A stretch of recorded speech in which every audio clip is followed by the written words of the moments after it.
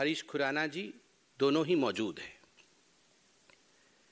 जिस प्रकार की बौखलाहट आम आदमी पार्टी में विगत कुछ दिनों से देखने को मिल रहा है, इसमें किसी प्रकार का संशय और दोमत नहीं है कि मनीष सिसोदिया जी को लेकर आम आदमी पार्टी घिरी हुई नजर आ रही है। आम आदमी पार्टी चेष्टा कर रही है, कुचेष्टा कर रही है कि वो इधर उधर की बातें करें, किंतु जो मुद्दे की बात है कि मनीष सिसोदिया ने करोड़ों रुपए का घपला किया या नहीं किया, उस पर भारतीय जनता पार्टी जो सटीक और पॉइंटेड प्रश्न पूछ रही है, उसका उत्तर देने में असक्षम है आज आम आदमी पार्टी। शिक्षा के विषय में बात करते हैं, वर्ल्ड में कितने बड़े हीरो हो गए हैं उसके विषय में बात करते हैं, मगर जिन प्रश्नों को भारतीय जनता पार्टी ने पूछा है उसका जवाब आम आदमी पार्टी और मनीष सिसोदिया दे नहीं पा रहे हैं। हमने भी तय किया है कि हम प्रश्न पूछेंगे और एक्सपोजे करेंगे। Manish ji, here is a challenge to you. एक बात मनीष सिसोदिया जी, डायरेक्टली आपको हम बता दें कि you have no escape path.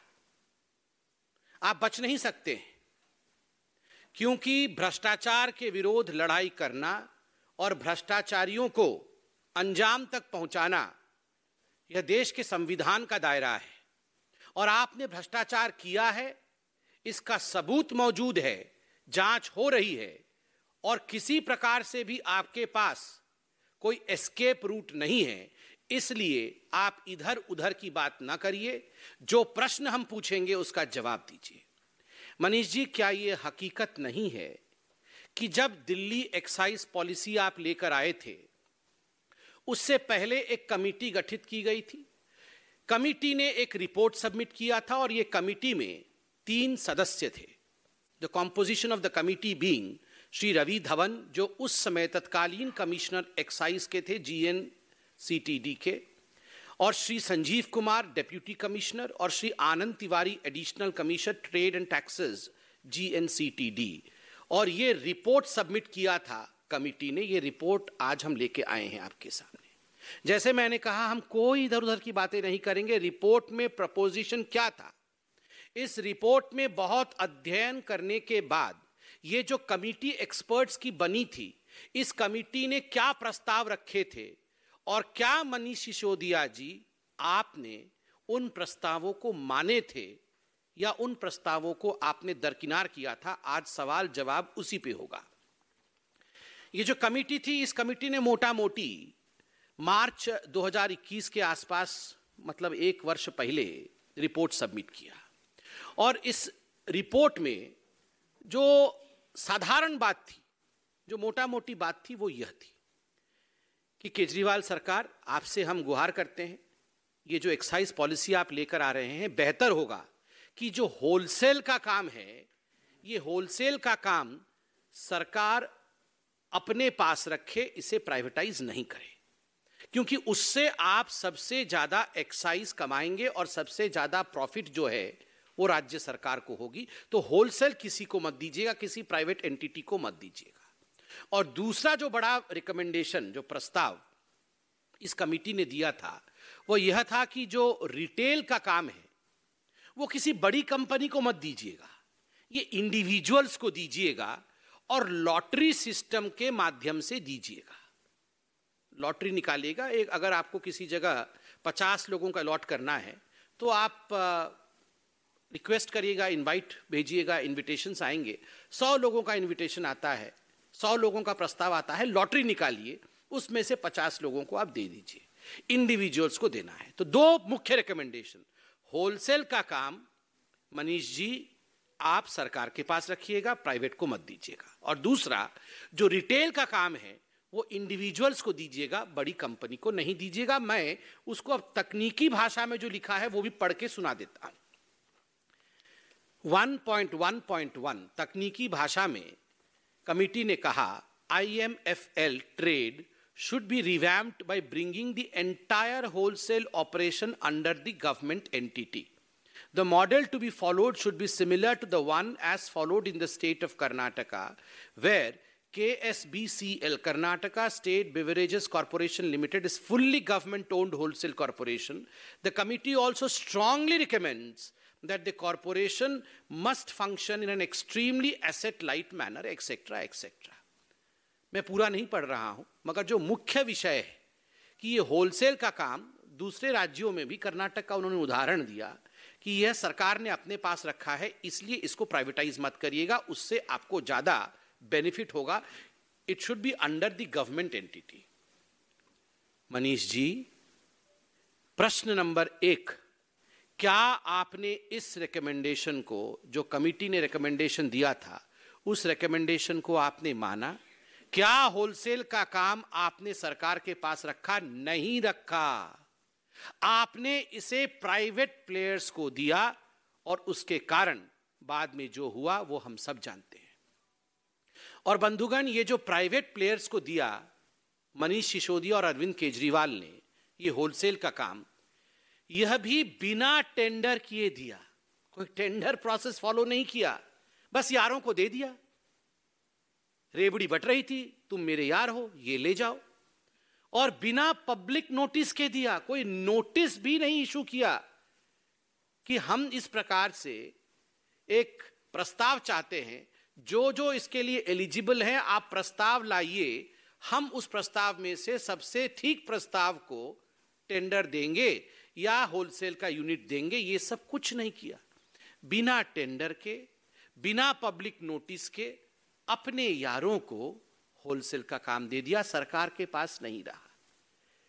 प्रश्न नंबर 1, क्या सरकार के पास रखा? और रखा नहीं तो रिकमेंडेशन के बावजूद क्यों नहीं रखा? दूसरा, जो दूसरा रिकमेंडेशन था वो रिटेल को लेकर था. जैसे मैंने आपको बताया था, उन्होंने कहा था रिटेल का काम बड़ी बड़ी कंपनियों को नहीं देके इंडिविजुअल्स को देना है और लॉटरी के माध्यम से देना है. इसमें बड़े अच्छे तरीके से उन्होंने समझाया है 1.3.1 में. The focus should be on preventing any monopolistic tendencies in the liquor trade, and therefore not only there should be a regular rotation of licensees, but also the licensees should be granted to only eligible individuals who fulfill a certain criteria, so that there is little scope for proxy ownership or control that is gained through operation of companies and firms with dummy directors or partners. बड़े स्पष्ट रूप से उन्होंने कहा कि अगर आप individuals को देते हैं तो यह फायदा है, इंडिविजुअल्स को नहीं देकर बड़ी कंपनी को देंगे तो क्या नुकसान है, यह भी कमिटी ने कहा. कमिटी ने क्या कहा? The drawbacks of this model, मतलब बड़ी बड़ी कंपनियों को देने से जो ड्रॉबैक है उसको बड़ी कंपनियों के लिए उन्होंने कहा है लाइसेंस टू लिमिटेड एंटिटीज. अगर इंडिविजुअल्स को नहीं देकर लिमिटेड एंटिटीज को देंगे तो नुकसान होगा. The drawbacks of this model are that there is highly prone to cartelization and market capture by limited number of licensees. Cartelization हो जाएगा, करप्ट लोगों का ग्रुप बन जाएगा और मार्केट कैप्चर हो जाएगा. इतना रिकमेंडेशन, क्लियर कट रिकमेंडेशन, इसमें किसी प्रकार की कोई एम्बिग्विटी नहीं है मनीष सिसोदिया जी. उसके बावजूद आपने इन रिकमेंडेशंस को दरकिनार किया और आपने शराब माफिया को, जिन्होंने कार्टेल बनाया, उन कार्टेल कंपनियों को आपने दिया, उन बड़ी कंपनियों को आपने दिया जो और manufacturers are not allowed into retail. जो मैन्युफैक्चरर्स हैं वो रिटेल में नहीं आ सकते हैं. आपने कमीशन लेके मैन्युफैक्चरर्स जो थे उनको रिटेल में लेके आके, इंडिविजुअल तो दूर, मैन्युफैक्चरर्स को भी इन्वॉल्व कर दिया. और तो और जो ब्लैक लिस्टेड कंपनियां थी उनको भी आप लेके आके इन्वॉल्व करते हैं. क्यों? क्योंकि मोटा माल मिला. पंजाब के चुनाव के समय मोटे माल की आवश्यकता थी. जिसने मोटा माल दिया, इस रिपोर्ट को दरकिनार करके मोटा माल जेब में और वेंड्स, अर्थात जो दुकानें होती हैं, जो शराब की दुकानें होती हैं, वो कार्टेल के पास. आप सोचिए, ओपन एंड शट केस है जी, कोई लंबा चौड़ा केस नहीं है. आज एक छोटा सा बच्चा भी समझ जाएगा कि अरविंद केजरीवाल जी और उनकी कंपनी ने किस प्रकार का घोटाला किया है. इसमें बहुत कुछ समझाने की आवश्यकता नहीं. आपने ये कमेटी क्यों बनाई थी?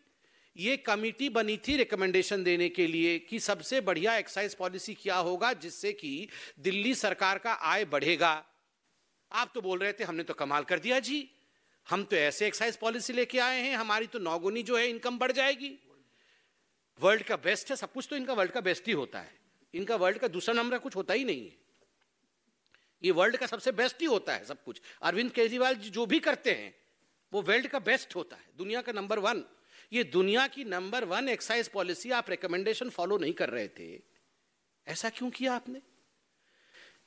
सबसे महत्वपूर्ण विषय इसमें आगे मैं आने वाला हूं। आप देखिए, ये जो रिटेल का काम दिया गया, इस रिटेल के काम में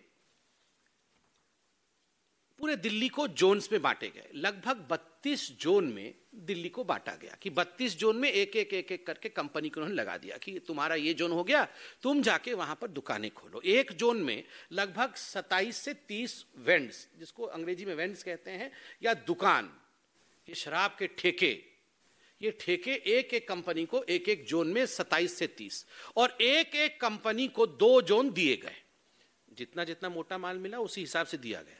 तो एक एक बड़ी बड़ी कंपनियों को, ब्लैक लिस्टेड कंपनियों को ये 2-2 जोन दे दिए गए, अर्थात एक एक कंपनी को लगभग 55 दुकानें, 54-55 दुकानें एक एक कंपनी को मिल गई। अब आप सुनिए क्या होता है। ये जब हमने प्रेस कॉन्फ्रेंस किया, जब एलजी ने रेड फ्लैग किया, कन्फॉर्मिंग नॉन कन्फॉर्मिंग जोन, ये सब बातें सामने आ गई, कैबिनेट का रेट्रोस्पेक्टिव डिसीजन लेके वापस किया, मीडिया ने सच दिखाया, तो इन्होंने एक्साइज पॉलिसी वापस ले लिया। मगर वापस लेने से पहले की कहानी आप सुनिए। मैं कागज भी लेके आया हूं, हमारे पास कागज है, हम वो आम आदमी पार्टी की तरह बिना नाम लिए कुछ नहीं करते हैं, सब कुछ कागज के साथ करते हैं। 31 मई विगत महीने 31 मार्च पहले, विगत वर्ष 31 मार्च को 4 जोन के जितने रिटेलर्स थे उन्होंने अपने वेंड्स अर्थात ठेके सरेंडर कर दिए। एक्साइज पॉलिसी आपके वापस होने से पहले कंपनीज ने सरेंडर कर दिया कि भैया हमसे नहीं चल पाएगा, ये आपके पॉलिसी में फॉल्ट है, हमको तो नुकसान होने लगा है, हम सरेंडर कर रहे हैं। तो 31 मार्च को 4 ने सरेंडर किए, जोन 24 में ट्राइडेंट ने किया, जोन 25 में पाथवे ने किया, जोन 26 में श्री अवंतिका ने किया, जोन 8 में अधर्व ने किया, और ठीक उसी प्रकार मई 31 को भी 5 जोन के जो रिटेलर्स थे उन्होंने, जो इन्हीं की कंपनी थी, उन्होंने सरेंडर कर दिया। जोन 1 में भगवती ने, जोन 3 में खाओ गली, हाँ, जोन 23 में मगुंता, जोन 20 में ग्लो, जोन 29 में यूनिवर्सल, जुलाई 15 में जोन 30 में पॉपुलर स्पिरिट सरेंडर। ठीक उसी प्रकार जुलाई 31 में 1 2 3 4 5 6 7 8 9 पॉलिसी विड्रॉ हो उससे पहले 9 रिटेलर्स ने सरेंडर कर दिया है। कुल मिलाकर 19-20 रिटेलर्स जिनको इन्होंने ठेके दिए थे, हमसे ना हो पाएगा, पैसा तो हमसे आपने ले लिया, अब हमारा क्या होगा, ये कह के ये 19 कंपनियों ने सरेंडर कर दिए, हाथ खड़े कर दिए। तब जाके इन्होंने दिल्ली एक्साइज पॉलिसी वापस लिया। मतलब इनकी तो एक्साइज पॉलिसी पहले से बैठ गई थी। इनकी खुद की कंपनियां जिन्होंने इनको पैसे दिए थे, कमीशन दिए थे, वो तो खुद सरेंडर करके बैठे हुए। आप बताइए, 19 जोन के लोग सरेंडर कर रहे थे और मार्च के महीने से सरेंडर कर रहे थे। किस हिसाब से मनीष सिसोदिया और इनके तमाम लोग जो प्रेस कॉन्फ्रेंस कर रहे थे और कह रहे थे करोड़ों करोड़ों रुपए का नंबर 1 दुनिया का प्रॉफिट हमें हो रहा है, कैसे हो रहा था? आपके तो खुद के लोग यहां सरेंडर कर रहे हैं, एक्साइज पॉलिसी वापस लेने से पहले सरेंडर कर रहे हैं। मनीष जी, इसमें जो प्रश्न उठते हैं वो निम्नलिखित है। पहला प्रश्न है कि क्या यह हकीकत नहीं है कि एक कमेटी बनाई गई थी? पहला प्रश्न है, ये आवाज हुई, मनीष जी सुन रहे हैं। पहला प्रश्न है कि क्या यह हकीकत नहीं है कि कमेटी बनी थी? दूसरा प्रश्न है, क्या यह हकीकत नहीं है कि होलसेल और रिटेल को लेकर कमेटी ने जो रिकमेंडेशन दिया, आपने उस रिकमेंडेशन को दरकिनार किया? तीसरा प्रश्न है, मनीष जी, आपने ये जो रिकमेंडेशंस थे उनको दरकिनार किसके कहने पर किया, क्यों किया? क्या यह हकीकत है कि मोटा माल कमाने के चक्कर में आपने इन रिकमेंडेशंस को दरकिनार किया? अंतिम, क्या ये हकीकत नहीं है कि दिल्ली एक्साइज पॉलिसी जो आपने विड्रॉ किया उससे पहले 19 रिटेलर्स ने सरेंडर किया था? और एक अंतिम प्रश्न जो बहुत महत्वपूर्ण है, आप लोग देखिए, ये जो जोन में डिस्ट्रीब्यूट हुआ, एक एक कंपनी को 2-2 जोन में 54-55 ठेके मिले। एक जोन में लगभग मिनिमम 250 करोड़ रुपया का फायदा होता है, 250 करोड़ रुपए वहां से मिलते हैं। तो कुल मिलाकर के आपने ये जो 4 जोन है, तो 4 जोनों में 1000 करोड़ रुपए का एक तरह से इसमें पूरा घालमेल हो रहा था। आप मुझे ये बताइए, अगर 19 कंपनियों ने सरेंडर किया है, 5 जोन में किया है, तो आपको कायदे के हिसाब से जो H2 था, जो सेकंड बिडर था, उसको बुला लेना चाहिए था कि भैया H1 से नहीं हो पाया, उन्होंने सरेंडर कर दिया है, H2 आओ, आप संभाल लो। आपने H2 को क्यों नहीं बुलाया? आप H1 पे ही क्यों अटके रह गए? आप H1 पे और उसी कंपनी पे इसलिए अटके रह गए क्योंकि मोटा माल H1 से ही आया था। मोटा माल दूसरी कंपनी से आता तो आप उससे बुलाते, कमीशन जिससे लिया उसी के साथ डीलिंग। रूल को छज्जे पर रखा, जो H2 था उसको तुरंत बुलाना था, H2 को नहीं बुलाया। तो मैं from this high table of Bharatiya Janata Party challenge Mr. Sisodiya, immediately after this press conference you should hold a press conference and you should answer the 6 questions that we have asked you. जो 6 प्रश्न हमने पूछा है, सिसोदिया जी तुरंत एक press conference करके, इधर उधर की बात, आप वर्ल्ड के बेस्ट शिक्षा मंत्री हैं, मंगल ग्रह, सूर्य ग्रह, वो सब आपके अधीन आते हैं, वो सब अलग बात है, मगर आप एक्साइज मिनिस्टर के नाते क्या कर रहे थे उसका जवाब आप दीजिए, बिल्कुल पॉइंटेड जवाब दीजिए। और मैं आप लोगों से भी निवेदन करूंगा, पॉइंटेड प्रश्न पूछकर उनसे पॉइंटेड जवाब निकालिए, इधर उधर की बात करने से मना करिए उनको। अब एक प्रश्न तो अरविंद केजरीवाल कैसे छूटेंगे, किंग तो अरविंद केजरीवाल है। एक अरविंद केजरीवाल जी के लिए भी प्रश्न है। अरविंद जी, क्या यह हकीकत नहीं है कि आपको यह सब कुछ पता था?